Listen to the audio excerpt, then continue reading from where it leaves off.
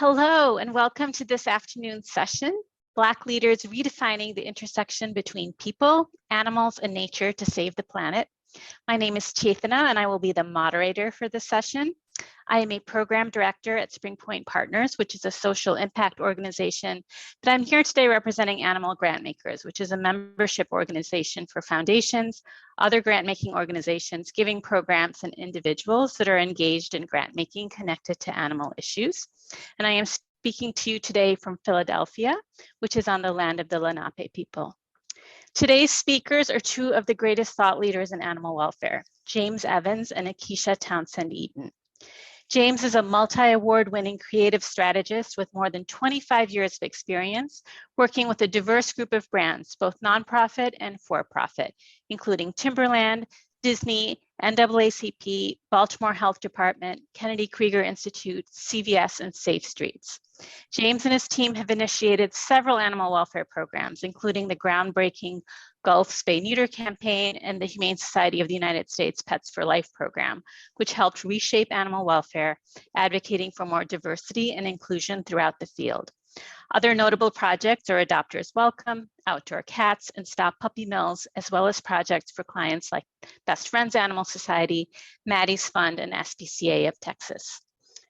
James is currently the founder and CEO of CARE, Companions and Animals for Reform and Equity, a nonprofit that is using research, community wisdom, and storytelling to inspire more inclusivity in animal welfare and create BIPOC-run equitable organizations and programs. James also sits on the board of the National Animal Control Association. Akisha is an animal protection attorney and community advocate. She has more than a decade of experience spearheading and advancing progressive local, state, federal, and international laws and policies for animals and communities. She currently serves as the managing attorney at the Animal Legal Defense Fund, where she works to implement the goals and strategic objectives of the nation's largest pro bono network for animal protection. She's an associate fellow for the Oxford Center for Animal Ethics and has authored a number of publications in the field of animal law.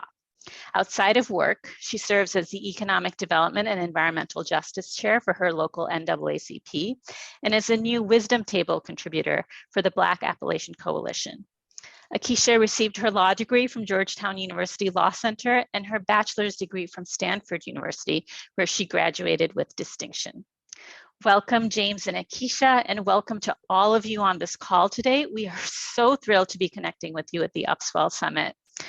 I am actually going to just kick off the session by posing a question to James and Akisha. So James and Akisha, many of the participants in today's session do not work directly on issues relating to animal welfare, but are focused on other social justice and human welfare issues. What can you share about the ways in which animal welfare intersects with these other issues? And to our friends on the call, please feel free to type into the chat any ways in which you think your work intersects with animal welfare, and I'll read out the responses. But for now, James, can you start us off? Absolutely, and thank you so much. I would say, one, many of the other folks that they don't realize they're working inside of animal welfare, but they are, because where there are people, there are animals, and in many situations. But some of the obvious, I think, intersections that they may not be aware of inside of animal welfare in a very specific way is ageism, ableism. These things show up inside of adoption, racism. Anyone working inside of social justice reform, they're going to find the same problems inside of animal welfare, unfortunately. That shows up in the glass ceiling. The field is incredibly undiverse. The leadership is predominantly white, predominantly female. And I would think that that's one of the interesting differences is obviously when you step out of animal welfare, it becomes very male, white dominated. But inside of this particular field is certainly female, certainly white, and yeah. So I would say those are I think the overarching, most obvious sort of intersections.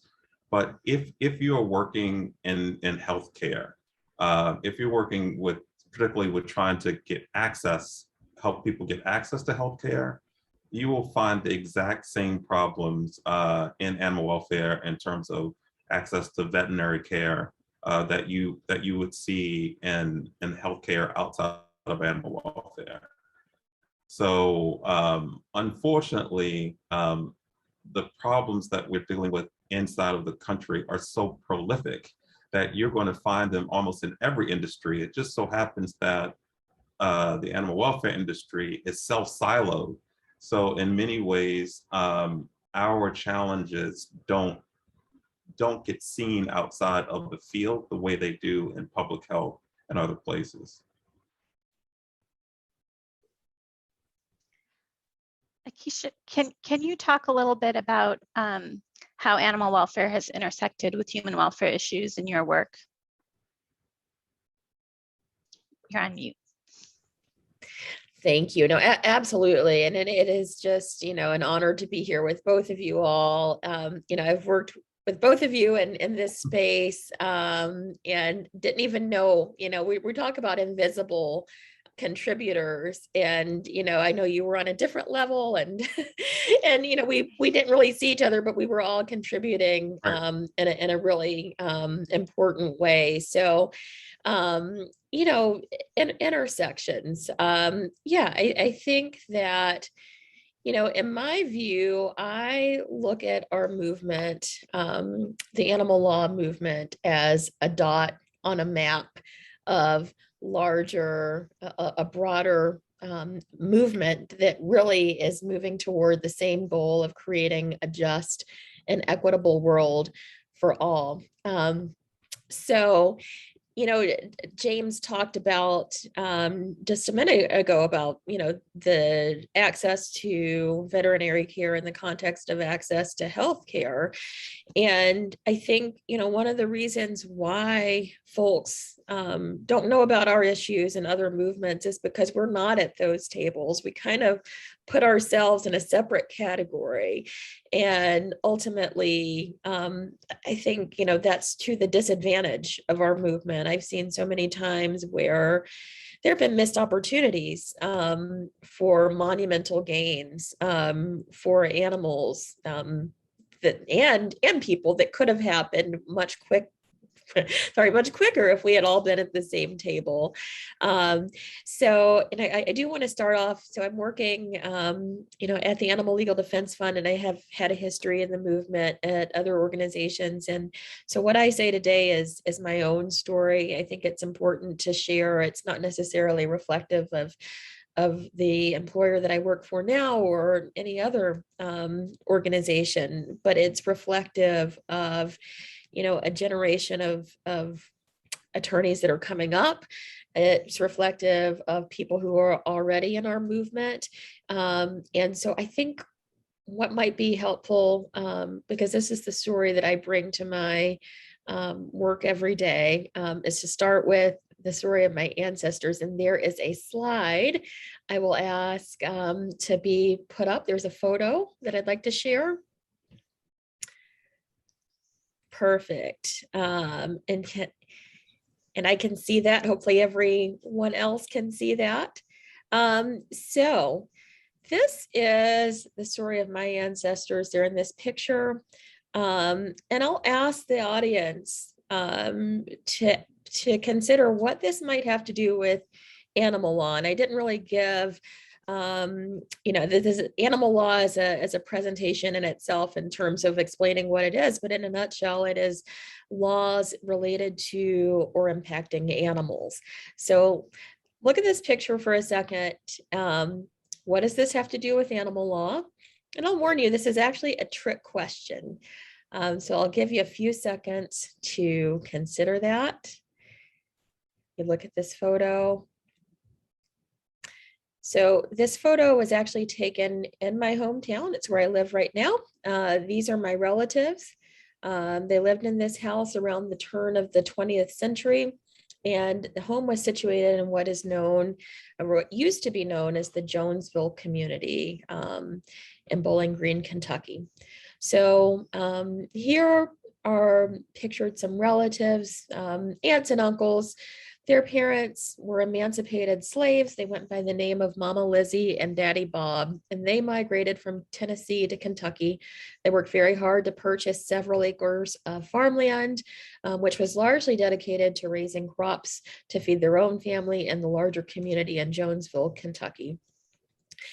Who you don't see in this picture is Mama Lizzie herself. So she was parents to the folks. She was a mom to the folks that you see here, but with no formal education or training. Mama Lizzie, who was formerly enslaved, got into real estate and actually purchased several more homes in the Jonesville community. She willed that to those homes to my great-great-grandmother, Mama Ellen, who then willed the property to her own children. And she had 6 sons. They all went to segregated schools, of course, because segregation lasted in my community for quite some time. They became skilled tradesmen. They served within their community. My family owned a lot of businesses in this community, including a grocery store, taxi cab company, and because it was during segregated times, the primary clientele were other Black residents of the city.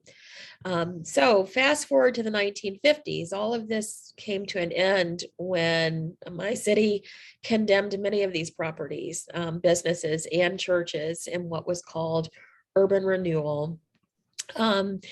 And they were basically condemned to make way for the university property, university sports complexes and dorms and whatnot. A university that they paid taxes for, but were excluded from attending due to the legacy of segregation. Because there were a few places for Blacks to live at this time, many of the people in this community were relegated to public housing. They were no longer homeowners or business owners for the most part, with some exceptions. My family, all in all, they were given about $10,000 in the 50s for each of the properties that were lost through urban renewal. Today, the university generates hundreds of millions of dollars in revenue, however.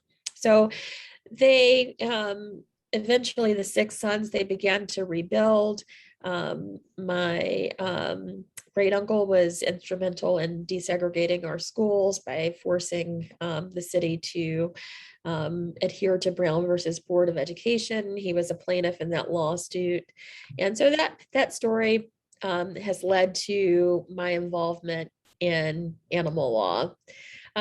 So if you're still confused about what the connections are, I'll go ahead and explain them right now. So I definitely did come to the movement out of interest of the suffering of animals and seeing that really this was a horrible system connected to so many other types of suffering. Thank you for taking that down. And people and animals face atrocities inside the walls of slaughterhouses that are unseen by so many of us. And the truth is, the animal law touches on so many areas of law, including torts, contracts, environmental law, administrative law, just to name a few. But really, the civil rights movement is what inspired our field to actually exist. We were actually, 30 plus years ago, there was a conference and they were looking at the victories of the NAACP and said, well, we can do that too. So our victories will certainly continue to be influenced by the civil rights movement. It has been already. We use Brown versus Board of Education as precedent when we cite to precedents in our own lawsuits. Today in communities, I talked about unjust enrichment. We only got $10,000 per property. That land would have been willed to me today, and maybe I wouldn't have student loans.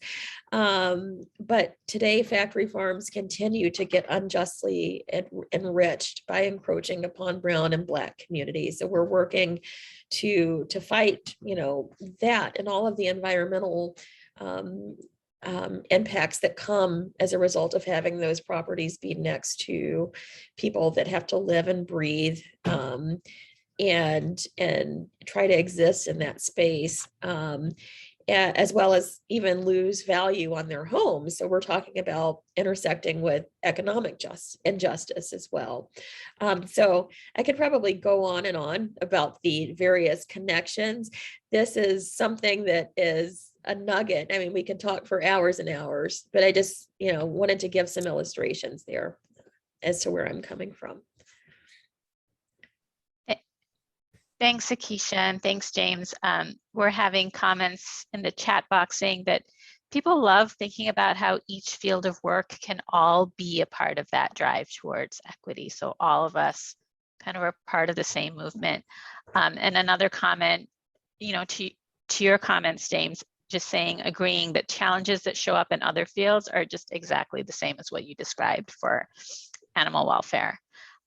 So a lot of commonalities in our work.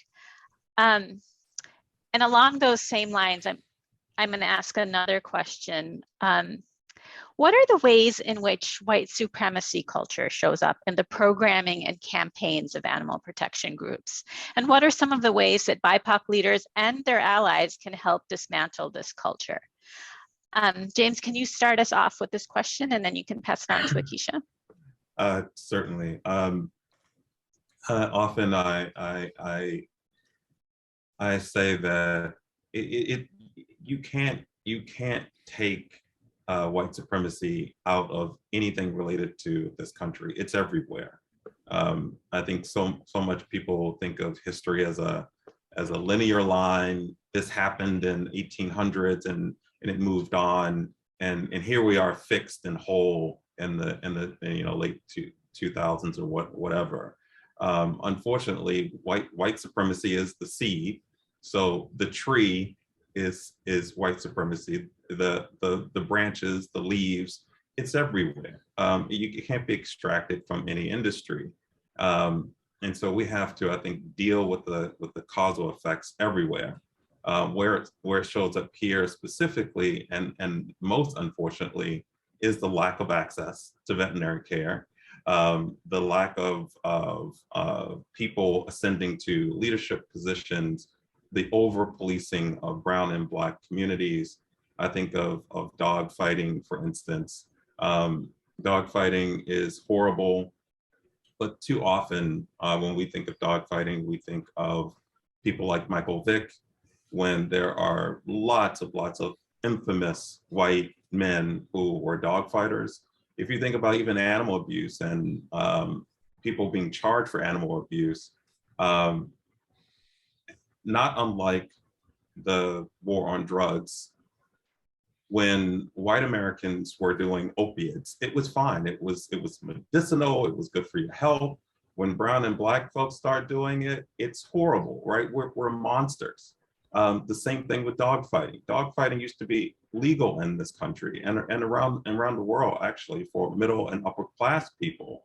But when brown folks and poor white folks started dog fighting, that's when it became monstrous. And along with it, the monster became the pit bull.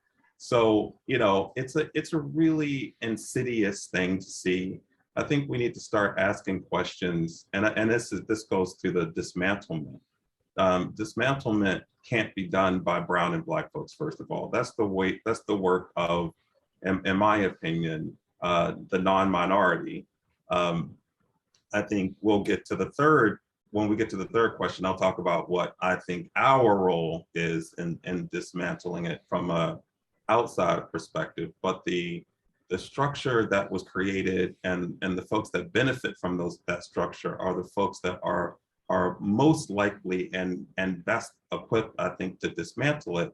But we have to ask ourselves, I think, some serious questions, some critical questions that require critical thinking, and look at our behavior. Why is dog fighting abusive, but horse racing is not, right? A horse wasn't designed for a person to be riding its back. Why are war dogs okay, right? And dog fighting is not. Dogs don't sign up for wars. Dogs are not signing up for police duty. I just learned the other day that 40% of police dogs actually die of heat exhaustion. Those that do die, they die of heat exhaustion in the car. So a normal civilian would be charged for animal abuse if that happened under their watch. But that's not what happens when it happens under law enforcement. So I think we have to be really,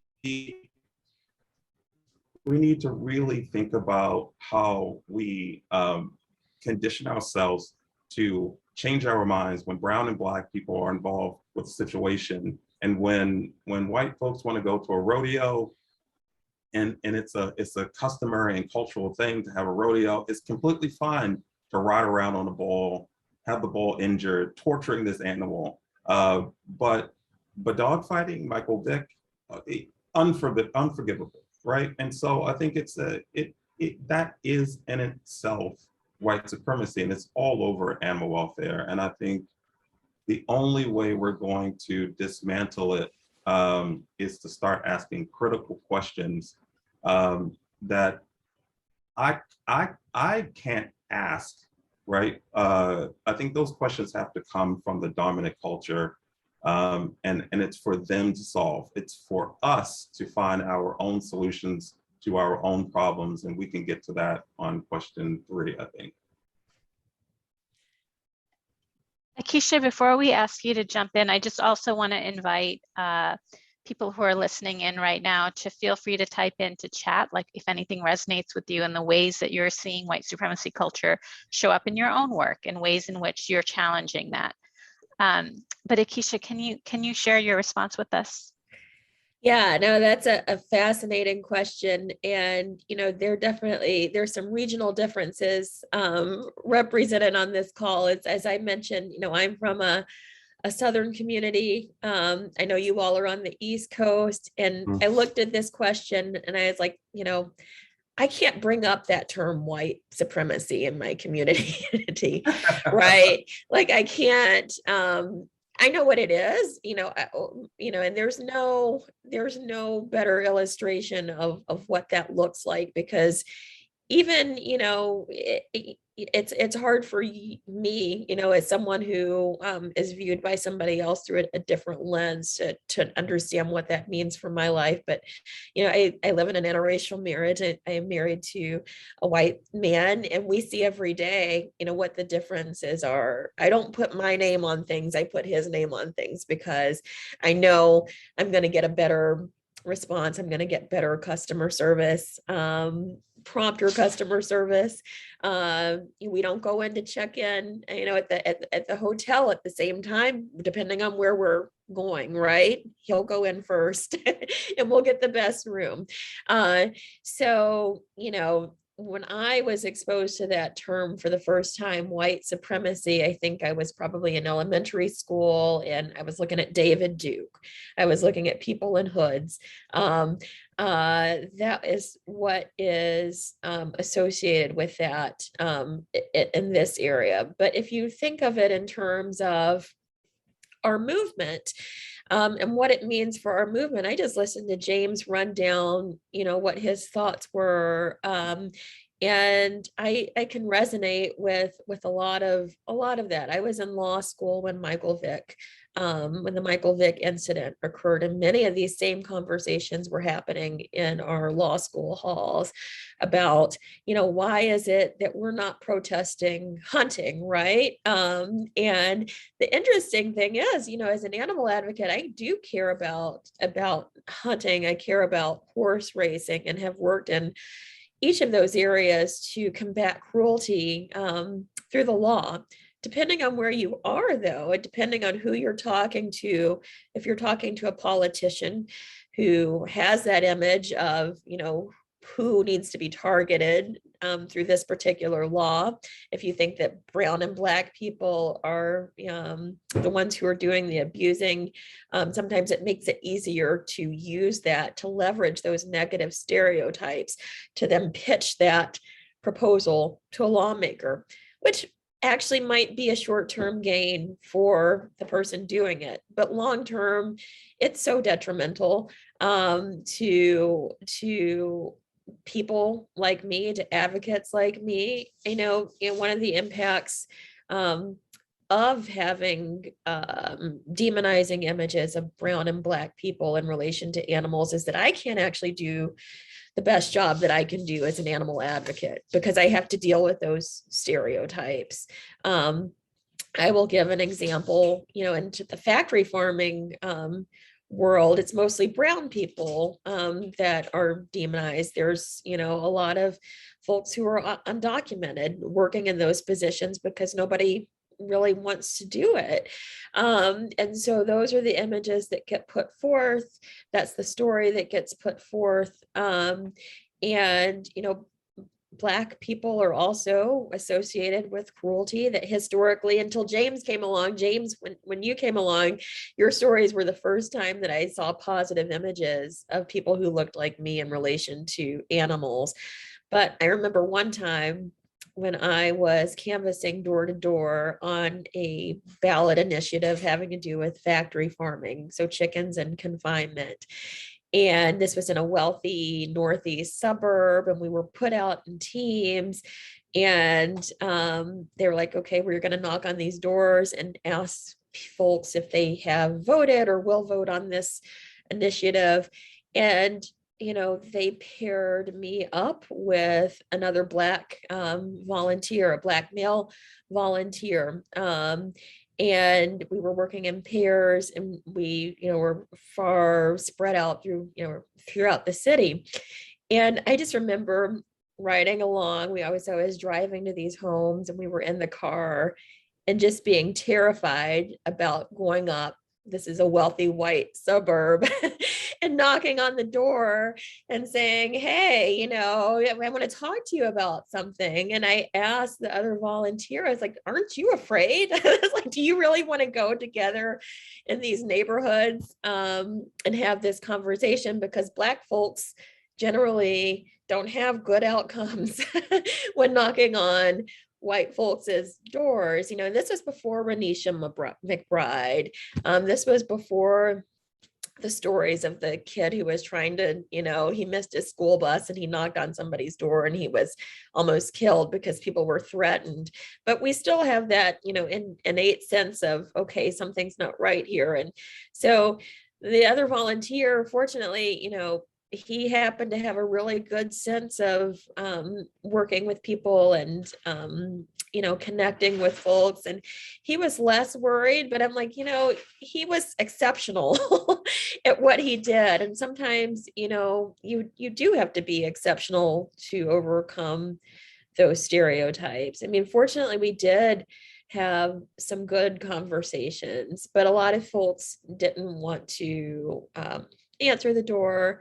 Other people were intrigued. You're like, well, if you all care about this issue, then it must be important, because we don't see you connected with these issues. But we're primed not to think that brown and Black people care about animals, and that can be an obstacle in itself. So many examples of that.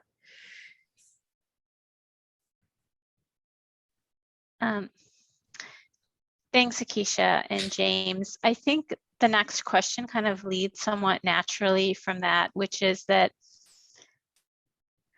what are some of the kind of new narratives and innovative approaches that BIPOC leaders in animal welfare are bringing to this work? And James, maybe you can start us off by talking about some of the leaders that CARE has elevated. Oh, thank you. It's what gets me the most excited. And I would say in a field, which is animal welfare, is, it's 84% white and white women. And there's roughly 1% of BIPOC leadership within animal welfare. Even in the veterinarian space, the country only has 2% of the country's vets are African American.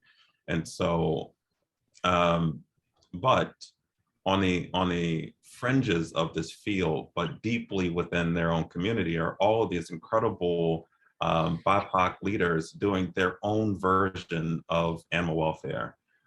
They are involved in spay and neutering. They are rescuing animals. They are making sure animals are warm through the winter. And so because of my own lived experience and the lived experience of the staff at CARE, we know that these folks are out doing this work outside of animal welfare. And most of them don't know animal welfare as a formalized field even exists. They just have, I think, an innate passion for animals. And so I think about Tim Friedman, Awanuk, who is an indigenous tribal leader, professor, who in her spare time is also making sure animals are well taken care of, are warm through the winter in her own community. There's so many people. We have Carlin in Miami, Bianca in Atlanta, that's the same place where Tim is. And so everywhere we're doing outreach, we actually call it in-reach because we're reaching into the community. We're finding all of these amazing people doing amazing things, doing the same things that you would find in the formalized version of animal welfare. They're just doing it within their communities, and often they're doing it without help. They're spending their own income, their own time, their own money to help animals all day long, every day. And so what CARE is doing is we're finding these proximate leaders and we're trying to fund them appropriately, because so much of the funding that exists in animal welfare, for the most part, it goes to those who are controlling the field. And right now it's a very white dominated field. And so what we're trying to do, rather than dismantling a system, we're adding people to the table. We're creating a table of our own, really. It reminds me very much of the HBCU system, historically Black colleges. I'm sure in a conference like this, there's lots of HBCU graduates out there. The idea that one would go into a traditional education system and dismantle it, I just think that is, I don't think that's realistic to the deep structure of the dominant culture in this country. Rather than fight an uphill battle, we're going right to people who are already doing the work and trying to support them in an equitable way. And it's amazing and it's heartwarming. And I think it's become the spirit of CARE. I would describe it as that. Akisha? Yeah, so many good things going on. In terms of new and innovative things, there's so many new and innovative things that BIPOC leaders are bringing to this movement. And I definitely don't want to lose sight of the reality, as James highlighted before. In so many cases, it's not new and innovative because we're already doing the work. So I would, definitely like to challenge our movement to look at the ways in which folks are already, James just brought up the fact that so many people are using their own money and their own funds to do the work that needs to be done in their community. And I was just recently watching another presentation that was presented at our annual conference at ALDF, and there was a presentation where the topic was access to veterinary care, and there was literally a map that was shown where there was a veterinary resource desert. Like literally 20 veterinarians were above a line on a map, and there were none in the areas that were maybe one that was one vet in the underserved area, no pet stores, right? When you think about what does that mean in terms of economic security and mobility, we're actually asking folks who have animals, who by and large do a great job of taking care of their animals, to do more with less, right? They're actually using their disposable income, which is already a fraction of the wealth of non-BIPOC folks, and provide the same level of care with those few resources, and many do, they meet that challenge every single day. And, in terms of what's on the horizon, so, there's definitely a shortage of vets.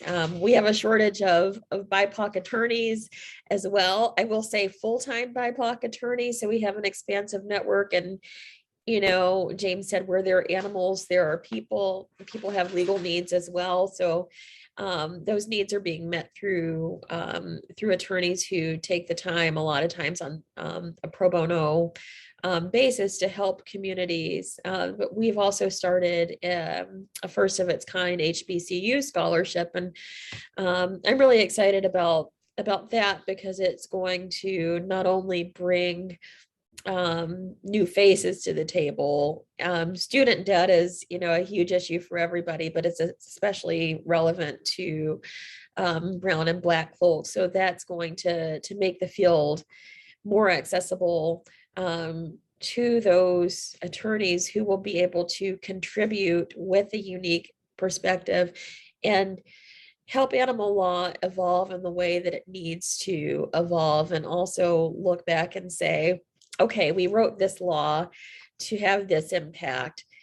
Did it really happen, in the way that we thought it might? One example that we talked about, dog fighting, for instance. James talked about dog fighting, and I'm concerned about dog fighting as well. I'm also concerned about over policing and access to justice and just feeling safe in a community. So what actually happens, in a community where there is a suspected dog fighter next door, and you're actually concerned about those dogs, but you also don't want to, want the person to get shot. You don't want somebody to get killed because you're calling the police. You don't want to get shot because you're calling the police. And I think that those issues are ones that we have to tackle. And I mean, there's so many in the farmed animal welfare space. So there are so many good examples of things that are moving the needle forward, people who are taking innovative approaches. One example is that I was really inspired by was Louisville Vegan Jerky Company, which actually worked in conjunction with a neighborhood association that in a historically Black community in Louisville, Kentucky, which is, the home of Breonna Taylor. There had been pollution from a factory farm that is, well known, and there were concerns about a similar factory coming into that neighborhood. And so Louisville Vegan Jerky Company actually made a proposal to set up a plant there. They have a community benefits officer there to benefit the community and to give grants to certain things that have been neglected, like neighborhood parks, for example, making the community a better place to live, increasing job access, and addressing a whole host of programs. It's the first time in Louisville's history that any developer, inside or outside of the animal space, has proposed these types of changes. And there was even a proposal to create a binding element to prohibit factory farms from entering this space in the future. So the fact that it was a plant-based factory was really compelling. There are BIPOC advocates that are working in the animal save movement, who are doing great work to expose the injustices that happen for animals and people. There are people coming to the movement through, the aspect of, or through the lens of, decolonizing the body and creating a healthier existence for brown and Black communities through plant-based initiatives. There are so many. I couldn't share. I can't even begin to share all of the work and the time that we have. But I'm just, just really, really inspired. And, their success is really our success. I'll give one more example. So I'm not sure how many of the folks in our audience are familiar with Miyoko's cheese. There's like a plant-based cheese and butter and all kinds of good stuff. Miyoko Shinner is a woman of color. She's Asian American, and she is just, a powerhouse in the field of making these transitions to plant-based eating easier. And, we helped her. We filed a suit that would have that allowed her to use the terms cheese and milk because the California Department of Agriculture was challenging that. So she's going to have some really positive impacts, in the world, and also be an example for other entrepreneurs of color who are interested in entering this space, either for the sake of the animals, for the health, for the environment, all of those things. So I think, looking at things holistically definitely has value. Thank you, James and Akisha. We're already having some questions coming in. And there's also a shout out to Miyoko for her amazing cheeses. But Akisha, there was a question from the audience. Can you say more about your HBCU program? How many students are you able to reach? It sounds like an amazing program. And audience, keep the questions coming. I'll read them out as long as we have time. Yeah, so this is a brand new program, and we are working with a couple of schools. We have what's called Student Animal Legal Defense Fund chapter. So one of these schools has a chapter in North Carolina Central University, I believe is that school. We're also working, we offered a scholarship to Howard, and I can definitely, I don't know if there's a way to, after this chat, send you a link to those programs, but you can find out all about that there. And again, I think that there's going to be so much value to adding, these voices to our full-time profession, and being able to shape animal law in the way that in the way that it can be most effective. Thanks, Akisha. If we can have that last slide, I think it has Akisha and James's email on there. So if anyone has questions afterwards, feel free to reach out. But since we have some time and there's no more questions, I'm going to ask a final question to both of you. And James, maybe you can start us out. Obviously, I work in the philanthropic sector. I think there are a lot of people attending the summit who work in the philanthropic sector. What advice do you have for us as we are looking to kind of reflecting on our own role in getting us to where we are today, and then thinking about how to move forward? Thanks. Wow, that is not a small question. But I heard a quote, and I cannot remember the gentleman's name because it's coming secondhand, but fund us like you want us to win was the quote. Fund us like you want us to be successful. In my lived experience, brown and Black children are not funded in a way that would suggest that we want them to win, that we want them to learn. We are not policed in a way that suggests we want folks to live after a traffic stop. So I would say the philanthropic space has as much work to do as any other space in terms of dismantling white supremacy and racism and sexism and ageism and all of those things. But I feel like the racism, particularly as it targets Black men in particular, those are the pillars by which the country was founded on. And if we can dismantle those pillars, I think all the rest of those isms will crumble under it. Because if you think about, often we talk about farm animal rights, and I am often reminded in this field that I'm descendants of farm animals in this country. And when you think about the heinous things that we've done to African American people and indigenous people, I think the fact that we were able to do those things, and even in the do-gooder space, we're talking about Harvard, Ivy League schools who were part of wiping out, entire indigenous tribes. This is a big deal, right? And so when you think about the things that we've done as a nation that are so heinous, then those other isms might seem smaller, right?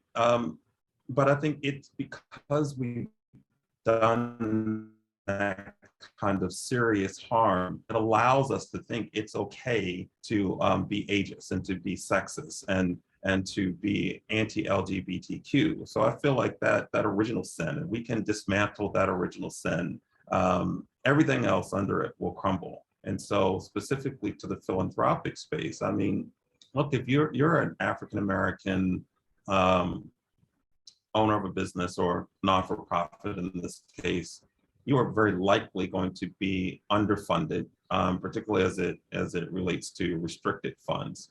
The data is that African American non-for-profits are funded 73% less in terms of restricted funds as their white counterparts. So a white woman, in other words, that's focused on Black male health is going to very likely be funded more than I would be focused on the same issue. And so the philanthropic space, I feel like, has an enormous amount of work to do, because you're in the do-gooder space. You're in the space of supposedly helping marginalized folks. But when I look about, what I see mostly are white men and women or dominant culture individuals who are entering into a space that is central to my interests, and they're funded in enormous ways. But when I step into that same space and attempt to solve problems for myself, for my cousins, for my nieces and my nephews, folks are asking me the most bizarre questions, as if I don't understand how to solve problems for my own community members. But these folks outside of my community, of course, they know what they're doing. So I think there's so much work to do, and it starts first with humility and understanding that even in the do-gooder space, you're going to find our white supremacist roots. And so once we, I think, dismantle that concept that that white supremacy has a doorway, that it has, there's a specific pathway to it and away from it, we're going to be in a much better place to do some real critical thinking about who we are really, because if we can't figure that out, who we actually are, we can't be something different. Thank you, James. Thank you, Akisha. I know we're past time, but I also know that everyone can reach you on the Hbcu platform so that people can reach out to you with more questions. And in closing, thanks to both of you. Thanks to everyone who listened in, and such a thrill to be a part of the Upswell Summit today. Thank you. Thank you. Thank you. It's an honor.